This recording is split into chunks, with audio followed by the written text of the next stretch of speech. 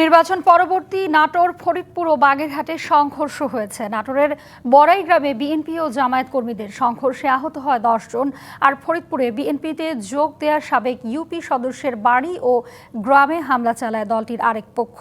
এ সময় সংঘর্ষে আহত হয় অন্তত 30 জন।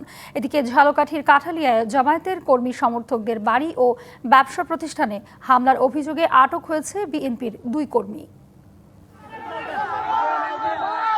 ফরিদপুরের সালথা ও বোয়ালবাড়িতে নির্বাচন পরবর্তী সহিংসতায় 30 জন আহত হয়েছেন। এ সময় বাড়িঘরে হামলা, লুটপাট ও অগ্নিসংযোগ করা হয়। স্থানীয়রা জানান, নির্বাচনের আগে বিএনপিতে যোগ দেওয়া আওয়ামী সমর্থিত পরিমরসর্দি ইউনিয়নের সাবেক চেয়ারম্যান মান্নান মাতুব্বরের বাড়ি ফেরাকে কেন্দ্র করে বিএনপির আরেক নেতা খারদিয়ার জিহাদ তার সমর্থকদের নিয়ে পরিমরসর্দি গ্রামে হামলা করে। এ সময় বাড়িঘরে লুটপাট ও আগুন দেওয়া হয়। বেশ কয়েকজন আহত হন। পরে পুলিশ ও সেনাবাহিনী গিয়ে পরিস্থিতি নিয়ন্ত্রণে আনে। আমরা বেশ কিছু দেশীয় অস্ত্র উদ্ধার করেছি এবং কয়েকজন অ্যারেস্টও আছে।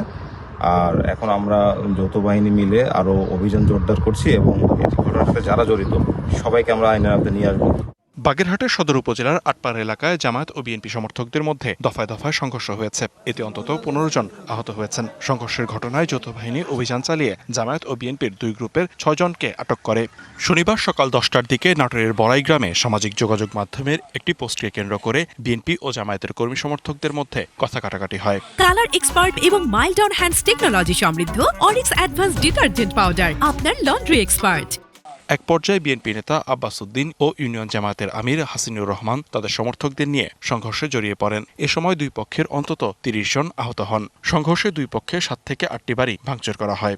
ঝালকাঠির কাঠালিয়ায় জামায়াতের কর্মী সমর্থকদের 4টি বাড়ি, 2টি ব্যবসা প্রতিষ্ঠান ও ইউনিয়ন জামায়াতের অফিসে হামলা ও ভাঙচুর করে বিএনপি নেতা কর্মীরা। এ সময় 2 নারী আহত হয়েছেন। এ ঘটনায় 2 বিএনপি কর্মীকে আটক করা হয়েছে। 20-25 জন লোক আসা আমার বাড়িঘর ভাঙচুর করছে, অনেক ক্ষয়ক্ষতি করছে, এমনকি কুড়ায় আগুন দিয়ে গেছে। দরজাটা খুললে ভাঙ্গেই ঢুকছে, ভিতরে ঢুকিয়া আপনার প্রায় 10-12 জন লোকে খালি দেহি পিড়ে। এদিকে মুন্সিগঞ্জের চরাঞ্চলের প্রতিপক্ষের হামলায় স্বতন্ত্র প্রার্থীর সমর্থক নিহত হওয়ার ঘটনায় প্রেস ব্রিফিং করেছে সেনাবাহিনী। জানানো হয়, নিহত জসিম নায়েবের সাথে প্রতিপক্ষ ডাক্তার নাসির গ্রুপের পূর্ববিরোধের জেরে নির্বাচনের পরে ওই হামলার ঘটনা ঘটে। পূর্ব থেকেই একটি সম্পর্কের অবনতি ছিল, তাদের পূর্ব শত্রুতা ছিল। লিখনকাতি ভৌমিক, ডিবিসি নিউজ ডেস্ক।